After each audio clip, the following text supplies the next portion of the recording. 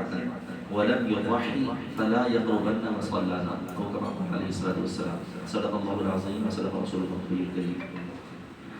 آج الحمدللہ ہم جس سلسلے میں یہاں پر سب جمع ہیں اور آپ تمام حضرات کا بھی انٹرسٹ خواہش آپ حضرات کی اور آصف بھائی اور تمام مینجمنٹ کے حوالے سے جو چیز ڈسکس ہوئی کہ قربانی کے حوالے سے مختصر گفتگو کی جائے اور اس کے بعد جو آپ حضرات کی طرف سے سوالات وغیرہ ہیں ان کو انشاءاللہ مزید دیکھا جائے.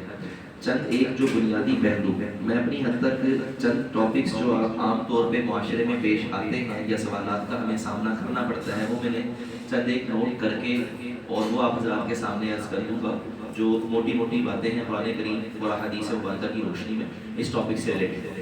اور باقی پھر اس کے بعد آخر میں جو ہے وہ ہم کوسچن آنسر سیشن جو ہے وہ کر لیں گے کہ ان کے بعد اگر مزید کوئی کلیریفیکیشن کی ضرورت ہوگی تو وہ انشاءاللہ تعالی ہم سوالات آخر میں جو ہے وہ انشاءاللہ ان پہ ڈسکس کر لیں گے. تو چند ایک پہلو ہے قربانی کے حوالے سے. نمبر ایک، جہاں پہ بھی بات دین کی ہوتی ہے تو پہلا سوال اٹھتا ہے قرآن کریم اور حدیث اس بارے میں کیا کہتا ہے. تو پہلے تو قرآن کریم اور حدیث مبارکہ میں اس کی حیثیت کیا ہے، پھر اس کے ساتھ ساتھ اس کا سٹیٹس کیا ہے اسلام کی نظر میں، اس کا سٹیٹس ہے کیا، حکم کیا ہے، کیا یہ نفل ہے، سنت ہے، واجب ہے، مینڈیٹری ہے یا آپشنل ہے، کیا اس کے جو ہیں وہ مسائل ہیں اس اعتبار سے. اس کے ساتھ ساتھ اس کا نصاب کیا ہے، کون کرے گا کون نہیں کرے گا. اور اس کے ساتھ ساتھ پھر تفصیلات یہ کہ خاص طور پہ جو فائنانشل ایک ایلیمنٹ ڈسکس کیا جاتا ہے کہ جی معاشی پہلو یا معاشی فوائد قربانی کی بجائے اگر ہم اس طرف اپنی توجہات کو فوکس کریں کہ جی معاشی طور پر کوئی ایکٹیویٹی کریں یا اتنی رقم کی چیریٹی کر دیں، اتنی رقم کے صدقات خیرات کر دیں، تو قربانی کی بجائے کیا وہ چیزیں زیادہ بہتر نہیں ہوں گی. یہ ایک نظریہ معاشرے میں جو ہے وہ پایا جاتا ہے. اور پھر مجموعی طور پر یہ کہ اسی میں پھر یہ چیز بھی آ جاتی ہے کہ آج کل یہ بڑا ٹرینڈ چل رہا ہے کہ اجتماعی قربانی اور وقف قربانی، کہ گھر پہ بیٹھے بٹھائے بس آپ نے اکاؤنٹ میں پیسے ٹرانسفر کیے اور جو ہے دوسری جگہ پہ قربانی ہو گئی. یا آپ نے یہ بڑے بڑے برانڈز اب لائک ہائپر وغیرہ، ہائپر اسٹور یا اور اس نوعیت کے اور لوگ وہ بھی آ چکے ہیں کہہ لیں میدان میں اور وہ اجتماعی قربانی کا کرتے ہیں. پہلے عام طور پہ دینی ادارے یا رفاہی تنظیمیں وغیرہ کر رہے تھے. یہ ملٹیپل کہہ لیں ایسپیکٹ ہیں اس ٹاپک کے. اور پھر ساتھ ساتھ یہ کہ پھر آخر میں یہ چیز کہ قربانی کا جانور کیسا ہونا چاہیے. تو یہ چند ایک پوائنٹس ہیں. مزید جو ہے چیز وہ اس کو ہم سوال جواب کے حوالے سے ڈسکس کریں گے. سب سے پہلی چیز یہ کہ قربانی کی ان تمام باتوں کو سمجھنے کے لیے، تمام چیزوں جتنے سوالات ہم نے ابھی آپ حضرات کے سامنے رکھے یا اس کے علاوہ بھی جو چیزیں آپ کے ذہن میں ہوں، سب سے ٹھیک ہے اچھا جی. سب سے پہلے مجھے لگتا ہے آواز زیادہ تو نہیں ہو رہی آپ لوگوں کو سنائی ٹھیک جی. اب بتائیے گا اب ٹھیک ہے. ہاں چلو پہلے اچھا جی. سب سے پہلے نا یہ چیز صرف قربانی نہیں بلکہ پورے کے پورے اسلام اور دین کے حوالے سے ہمیں سمجھنی چاہیے کہ جب بھی کسی چیز کو دین کہتے ہیں، دین اور قرآن و سنت کی بات کرتے ہیں، تو اس کا مقصد، اس کا فلسفہ، اس کی فلسفی، اس کی ریزن، اس چیز کو ہمیں قرآن و سنت کے مطابق اخذ کرنا چاہیے، نہ کہ اپنی ایسی لاجک اور اپنی ایسی ایکسپلینیشنز کی وجہ سے جو کہ قرآن و سنت سے متصادم ہوں یا اس کے اپوزٹ ہوں. سادہ سی بات، قربانی کا حکم کیا کسی دانشور نے یا کسی لبرل نے یا سیکولر نے دیا یا قرآن و حدیث نے دیا؟ سادہ سی بات، یہ قرآن و حدیث نے دیا. سب کا، تمام مسلمانوں کا اتفاق ہے اس چیز پر. جب دیا تو اب اس کی وضاحت اور اس کے لیے سٹینڈرڈز، اس کے لیے مسائل، اس کی ایکسپلینیشنز، کون کرے گا نہیں کرے گا، کہاں معاشی فائدہ کیا ہے، کیا ترتیب ہے، اللہ اور اس کے رسول صلی اللہ علیہ وسلم ہی طے کریں گے. میں اور آپ 1450 سال کے بعد بیٹھ کے کوئی نیا یا کوئی دین ایسی بات نہیں ہے کہ ہم بیٹھ کے ڈیسائیڈ کریں کہ کس چیز کا کیا ہوگا. یہ ایک اصولی بات ہے دین کے تمام احکامات کے اندر.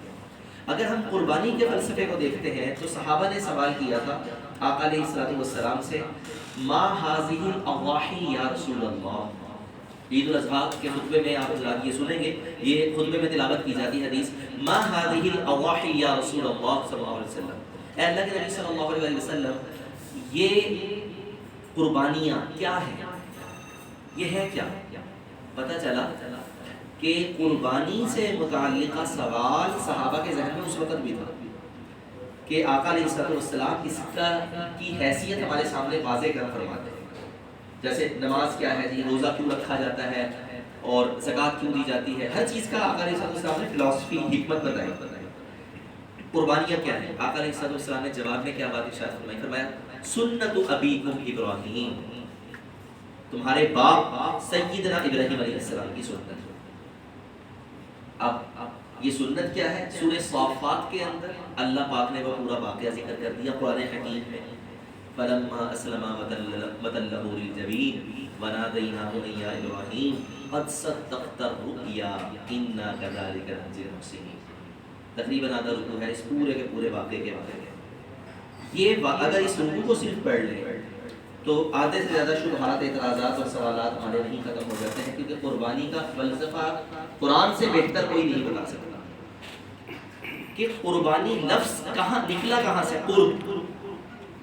قرب حاصل کیا جاتا ہے اللہ پاک کا محبوب ترین چیز کو رب کے رستے میں دے کر۔ سورہ صافات تو فلسفہ یہ بتاتے ہیں، یہ فائنانشل جو کیلکولیشنز ہیں ابھی اس کو چھوڑ دیں، بنیادی فلسفہ کیا ہے؟ بنیادی فلسفہ جو قرآن بتاتا ہے وہ قربانی، وہ گفتگو پوری کی پوری ہم غور تو کریں کہ سیدنا ابراہیم علیہ السلام اور سیدنا اسماعیل علیہ السلام کا مکالمہ کیا ہوا۔ وہ فرما کیا رہے ہیں؟ بیٹے مجھے اس طریقے سے خواب آیا۔ بیٹا آگے سے کیا کہہ رہا ہے کہ اے ابا جان آپ کو جو کہا گیا آپ اس کے مطابق کریں۔ اب وہ پورے کا پوری ترتیب جو روایات سے پتہ چلتی ہے، آنکھوں پہ پٹی باندھنا، ان کا چہرہ کو دوسری طرف کر دینا، یہ آسان کام ہے۔ ایک لمحے وہ سوچیں کہ جو خواب دیکھا تھا، اور نبی کا کام کا خواب سچا ہوتا ہے، اور دلچسپ بات یہ کہ خواب میں چھری چلاتے دیکھا تھا، ذبح ہونے کے بعد نہیں دیکھا۔ اس میں مفسرین نے بحث لڑائی کہ خواب بھی سچا اور مینڈے کا آنا بھی جنت سے وہ بھی سچا، کیونکہ انہوں نے صرف یہ دیکھا تھا میں چھری چلا رہا ہوں۔ اپنے حصے کا کام جب انہوں نے کر لیا تو اللہ پاک کی طرف سے انعام کیا ہوا کہ اللہ رب العزت نے جنت سے جو ہے وہ مینڈا بھیج دیا کہ جب پٹی کھولی ہے اور ذبح شدہ کو دیکھا ہے، اسماعیل علیہ السلام ساتھ میں کھڑے ہیں اور مینڈا جو ہے وہ مذبوح حالت میں وہ موجود ہے۔ تو فلسفہ کیا ہے؟ سیدنا ابراہیم علیہ السلام وہ ہستی ہیں جو تمام آسمانی مذاہب میں مقدس و محترم ہے، جن پہ سب کا کنسنسس اتفاق ہے، یہودیت، عیسائیت، اسلام، سب کے نزدیک مقدس ہے۔ اس سے ہٹ کر مشرکین مکہ کے نزدیک میں انتہائی محترم، وہ ان جیسی ہستی بنتا تو تھا، کیونکہ وہی شریعت بیٹا، وہی رب بیٹا عطا کر رہا ہے، کب عطا کر رہا ہے، کتنی دعاؤں اور تمناؤں کے بعد عطا کر رہا ہے، وہی رب، اور مال کی حفاظت اسی رب نے عطا، اسی رب کا حکم، اولاد کی حفاظت اسی رب کا حکم۔ لاجیکلی سوال تو بنتا تھا نا ایک بار، اے اللہ یہ کیا ہے معاملہ؟ لیکن انبیاء کو جو اللہ پاک منتخب فرماتے ہیں وہ کس اعتبار سے کہ وہ حکم الہی کے سامنے ذرا سی چوچرا، ذرا سی لاجک، ذرا سی عقل وہ نہیں دونوں، انہوں نے آگے سے کوئی بحث نہیں کی۔ یہ ہے بنیادی فلسفہ۔ حکم الہی اگر آ گیا تو اب کوئی چوچرا نہیں، کوئی if and but نہیں، کوئی تفصیلات نہیں۔ ہاں یہ تسلی کر لے کہ یہ حکم کیا ہے، بلا شبہ یہ حق ہے، جان لے کہ حکم کیا ہے، کس درجے کا ہے، کیا تفصیلات ہے۔ جب ایک بار پتہ چل گئی اب آگے سے جو ہے وہ نیم ایکسکیوزز، آگے سے جو ہے خود ساختہ تعویلات، یہ بالکل غلط ہے، یہ نبیوں کا طریقہ نہیں۔ تو ایک چیز یہ، دوسرا ان کی اتباع سیدنا اسماعیل علیہ السلام کی، وہ عاجزی، اللہ کے حکم کو پورا کرنا، محبوب ترین چیز کو اللہ کی بارگاہ میں پیش کرنا، یہ بنیادی طور پر فلسفہ ہے قربانی کا۔ غریبوں کی مدد اور فائنانشل ایکٹیویٹی یہ سب چیزیں بعد کی، بنیاد یہ ہے، بنیاد یہی وجہ ہے۔ سابقہ امتیں ایسی گزری جن کے اندر قربانی کا ایک طریقہ کار وہ یہ بھی تھا جس کا قرآن کریم میں بھی ذکر ہے، جس چیز کا کہ آسمان سے ایک آگ آیا کرتی تھی اور وہ اس مال کو یا اس قربانی کو کھا جایا کرتی تھی. قرآن کے الفاظ ہیں تأکلہ النار، آگ اس کو کھا جایا کرتی تھی. اور اگر ہم جائے مزید اس کی تاریخ میں تو حابیل اور قابیل کا جو جھگڑا ہوا تھا، حابیل نے حابیل کو جو قتل کیا تھا آدم علیہ السلام کے دو بیٹے، وہ کیا تھا کہ ایک کی قربانی قبول ہوئی تھی، آسمانی آگ نے کھا لیا تھا اور ایک نے نہیں. یہ امت محمدیہ علیہ صاحب الصلاۃ والسلام کی خصوصیت ہے کہ قربانی کا گوشت استعمال کرنے کی اجازت دی گئی اور بتائی گئی پوری ترتیب کہ اس طریقے سے قربانی جو ہے وہ تم خود بھی استعمال کرو. تو پہلا بنیادی فلسفہ، پہلی بنیادی چیز وہ قربانی کی کیا ہے، وہ یہ کہ ہم نے حکم الہی کو اس طرح سے پورا کرنا ہے جیسے اللہ کا حکم ہے. ورنہ یہ ایسا ہی ہو جائے گا کہ جی نماز ہی کیوں پڑھی جاتی ہے، جی قرآن کہتا ہے کہ اللہ کی یاد کے لیے، جی بس ٹھیک ہے میں اللہ کی یاد بند کمرے میں بیٹھ کے خود ہی اللہ اللہ کرتا رہوں گا. اب کوئی سوچے کہ اس طرح تو دین کے جتنے حکم ہیں، جتنے بھی حکم ہیں، ان سے راہ فرار کوئی نہ کوئی نکل آئے. جی نماز کیوں ہے، جی ذکر کے لیے، بس میں نماز نہیں پڑھتا، نعوذ باللہ میں نماز نہیں پڑھتا، میں ذکر کرتا ہوں، اللہ اللہ اللہ بس ذکر کرتا ہوں. کیا یہ مقصد پورا ہو گیا؟ ہر چیز کی ایک فلسفی ہے، وہ مقصد، وہ پرپس، وہ منزل اس دائرہ کار سے گزرے بغیر حاصل ہو ہی نہیں سکتی. نماز باطنی طہارت ہے، نماز خشیت اور تابعداری اور ڈسپلن اور اللہ سے تعلق اگر پیدا کرتی ہے، وہ فلسفہ روزے کا نہیں. روزے کا فلسفہ کچھ اور ہے. جو روزے کا فلسفہ ہے وہ زکوٰۃ کا نہیں، زکوٰۃ کا فلسفہ کچھ اور ہے، مالی پاکیزگی. جو زکوٰۃ کا فلسفہ ہے وہ حج کا نہیں، حج کا فلسفہ کچھ اور ہے.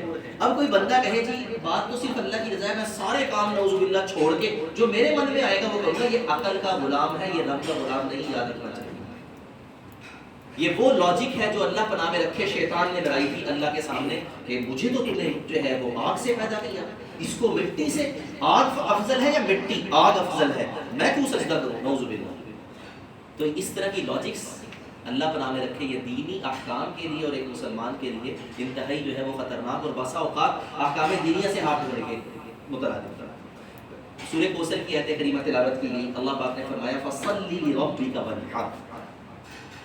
ذرا غور کریں کہ کس بات کے بعد فرمایا جا رہا ہے اِنَّا أَعْطَيْنَاكَ الْكَوْثَرَ، بے شک ہم نے آپ کو حوض کوثر عطا فرمایا. بعض نے ترجمہ خیر کثیر سے کیا، بعض نے ترجمہ حوض کوثر. دونوں بلا شبہ آقا علیہ السلام کی خصوصیت وہ خیر کثیر ہے، بلا شبہ سب کو ملی ہے اللہ کے نبی صلی اللہ علیہ وسلم کے واسطے سے. حوض کوثر ہے وہ بھی انہی کی برکت، انہی کا فیض. آگے فرمایا گیا فَصَلِّ لِرَبِّكَ وَانْحَرْ، اپنے رب کے لیے نماز پڑھیں اور قربانی دیں. نماز قربانی کرتے دونوں کی دونوں. دوسری جگہ پہ کیا ارشاد فرمایا لَن يَنَالَ اللَّهَ لُحُومُهَا وَلَا دِمَاؤُهَا وَلَكِنْ يَنَالُهُ التَّقْوَىٰ. اللہ پاک کو ان جانوروں کا گوشت یا خون اللہ تک نہیں پہنچتا، نہ اللہ کو اس کی ضرورت ہے. وَلَكِنْ يَنَالُهُ التَّقْوَىٰ، تو تم آپس میں تقسیم کر لو. گوشت بھی تمہیں حکم دے دیا آپس میں ایک دوسرے کو جو ہے وہ کرو تقسیم، اور کھال ہے، باقی چیزیں ہیں، جو معاملات ہیں تمہارے درمیان میں ہیں. اللہ کو کیا پہنچ رہا ہے التقویٰ منکم، تمہارا تقویٰ، تمہاری نیت، تمہارا اخلاص. تو درس بنیادی ایک کیا دے دیا ساتھ میں اللہ پاک نے، قربانی کرنی ہے تو ریاکاری اور دکھلاوے سے بچنا ضروری ہے. اور آج کے دور میں خصوصاً اللہ پناہ میں رکھے کہ ایک پہلو حدیث کی شرح سے پہلے یہ چیز کرنا مناسب ہے کیونکہ گفتگو شروع ہو گئی اس بات پہ. یقین مانیے کہ انتہائی افسوس ہوتا ہے کہ ہمارے اندر یہ سوشل میڈیا کی جو ایک وبا ہے اس میں بھی اور بعض دیگر پہلوؤں سے ریاکاری اور دکھلاوا بہت آ چکا ہے. ابھی آپ دیکھیں کتنے لوگ حج پہ گئے ماشاء اللہ. اس وقت مقصود کسی کی انڈیویجول کی کوئی نیت پہ حملہ نہیں، لیکن صرف یہ ہے کہ ہمارا ٹرینڈ، ہمارا کلچر، ہماری چیزیں کس طرح سے چینج ہو گئی. گروپس میں، باقی دوسری تیسری جگہوں پہ کتنے لوگ ملیں گے، یوں لگتا ہے کہ لمحہ ب لمحہ بس اپ ڈیٹ کرنا دنیا کو وہ ضروری ہے. ایک ہے کبھی کبھار آپ نے کوئی چیز شیئر کر لی، وہ ایک الگ بات ہے، لیکن کتنے لوگ اب وہاں اب وہاں اب وہاں، ادھر دعا چل رہی، ادھر وہ ویڈیو کال میں مصروف ہے۔ کیا سے کیا چیزیں اللہ پناہ میں رکھے، ایک لمحے وہ سوچے تو صحیح کہ ہم نے کس مقدس ترین عبادت، مقدس ترین جگہ کو جو ہے کس چیز کا ذریعہ بنا دیا۔ یہی چیز قربانی ہے۔ یاد رکھنا چاہیے کچھ عبادتیں ایسی ہوتی ہیں جہاں پہ اخلاص کا اور ریاکاری کا امتحان ہوتا ہے، قربانی ان میں سے ایک ہے، کیونکہ ڈیوریشن جتنا زیادہ ہوگا یا جو چیز نظر آنے والی ہوگی وہاں پہ دکھلاوے کا چانس بھی زیادہ ہوگا۔ آپ نے جانور لیا، اسلام یہ کہتا ہے اپنی وسعت کے مطابق جو آپ اچھا افورڈ کر سکتے ہو آپ کر لو، نہ اس کا اعلان لگانے کی ضرورت، نہ اس کا جو ہے لوگوں میں مشہوری کرانے کی ضرورت، نہ لوگوں سے بتکلف پینے بانے۔ اللہ تعالیٰ سب نفس کے اندر کے حال اللہ پاک بہترین طریقے سے جانتا ہے، اس لیے ہم کسی انڈیویجول کے بارے میں حکم نہیں لگا سکتے، لیکن لوگوں کا جو طرز عمل چل رہا ہے مجموعی طور پہ وہ بات کرنا اور اپنی اپنی اصلاح کرنا وہ بہت ضروری ہے، کہ جان بوجھ کے بحث یا بات کو تفصیل میں لے جانا قیمتوں کے بہانے، کیا قیمت یہ اس میں آپس میں تقابل شروع، اس کا جانور ایسا اس کا ایسا۔ نہیں، اچھا جانور ہر بندے نے اپنی وسعت کے مطابق لے لیا، جس نے لے لیا اللہ پاک سے قبولیت کی دعا کرے، وجہ یہ کہ ہم مقابلہ بازی شروع کر دیں۔ آپ دیکھتے ہوں گے جانوروں کا مقابلہ شروع ہو گیا، آپ دیکھتے ہوں گے علاقے کے فلاں نے کون سا جانور کیا، وہ اس کی جناب اگلے 10 دن جو ہے داد و تحسین کی تالیاں بجتی رہے۔ یہ ہے کیا؟ یہ عبادت تھی یا لوگوں میں دکھلاوا تھا؟ یہ یاد رکھنا چاہیے، دکھلاوا اور ریاکاری بڑی سے بڑی عبادت کو تباہ کر کے رکھے گا۔ یہ بالکل واضح ہے، یہ کوئی ہلکا معاملہ نہیں ہے، نیت کا معاملہ، کیونکہ اینڈ جو ہے نا ساری باتوں سے نکل کے آخر میں نیت بچتی ہے۔ عمل ہے، میں کمزور، آپ کمزور، سب لوگ کمزور، کمی کوتاہی ہو جاتی ہے۔ کیا مطلب کمی کوتاہی؟ 100% ایکوریٹ وہ جانور جیسا اللہ اس کے رسول صلی اللہ علیہ وسلم کو مطلوب ہے، وہ پروسیجر جس طرح سے ہونا چاہیے، 100% کا کوئی دعویٰ نہیں کر سکتا، 19-20 ہو سکتی ہے۔ مطالبہ کیا ہے؟ اس کی بھی کوشش کرو، لیکن اپنی نیت کو تو خالص رکھو۔ اگر ارادتاً نعوذ باللہ دکھلاوا اور ریاکاری کے سائڈ پہ چلے گئے تو یہ چیز قربانی کے سارے ثواب کو ضائع کر دے گی۔ اسی لیے اللہ پاک نے قرآن کریم میں واضح طور پہ فرمایا، یہ جتنا تم گوشت، جتنا جانور، جتنے معاملات کر رہے ہو نا، یہ آپس میں تمہارے ہی درمیان میں تقسیم ہے۔ اللہ تعالیٰ تمہاری حسن نیت کو دیکھے گا، وَلَٰكِن يَنَالُهُ التَّقْوَىٰ مِنكُمْ۔ آقا علیہ السلام کی حدیث مبارکہ کا مفہوم کہ آقا علیہ السلام نے فرمایا، جس نے وسعت ہونے کے باوجود قربانی نہیں کی، وسعت ہونے کے باوجود، وہ ہماری مصلی کے اور نماز پڑھنے کی جگہ، مصلانا ہماری نماز پڑھنے کی جگہ مسجد، اس کے قریب بھی نہیں۔ تو یہ جو سٹیٹمنٹ ہے یہ سب سے زیادہ اس معاملے میں ایک اسٹرکٹ اور بڑی کلیئر سٹیٹمنٹ ہے۔ البتہ اب یہاں پہ اب ہم یہ تھوڑا پس منظر اور فلاسفی تھی، اب ہم سٹیپ بائی سٹیپ جو مسائل ہیں ان پہ جو ہے وہ مختصر گفتگو کرتے ہیں۔ کہ ایک پہلو یہ ہے قربانی کا کہ قربانی کے لیے قربانی سنت ہے، فرض ہے، واجب ہے، کیا ہے؟ تو یہ بات یاد رکھنی چاہیے کہ قرآن کریم اور احادیث مبارکہ کا مطالعہ کرنے سے جو بات سامنے آتی ہے وہ یہ کہ اس حدیث مبارکہ میں بھی اللہ کے نبی صلی اللہ علیہ وسلم نے ارشاد فرمایا سعۃ، جس میں وسعت ہو۔ اللہ رب العزت نے جس